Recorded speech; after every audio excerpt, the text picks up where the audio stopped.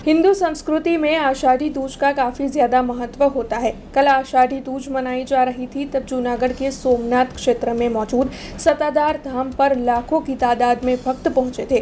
दरअसल भक्तों की ओर से वहां पर दर्शन का लाभ उठाया गया था।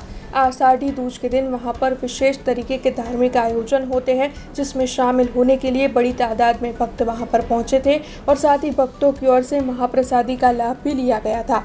वैसे इस दौरान सत्ताधार धाम के परम पूज्य विजय बापू की ओर से मानव कल्याण की कामना की गई थी।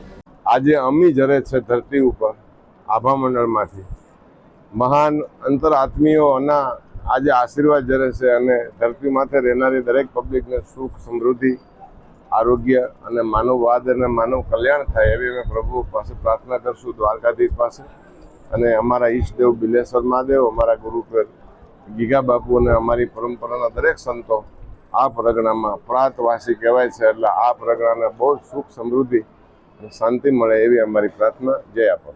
हमसे जुड़े रहने के लिए हमारे YouTube चैनल को सब्सक्राइब करें और नई वीडियो की नोटिफिकेशन के लिए बेल आइकॉन को दबाएं।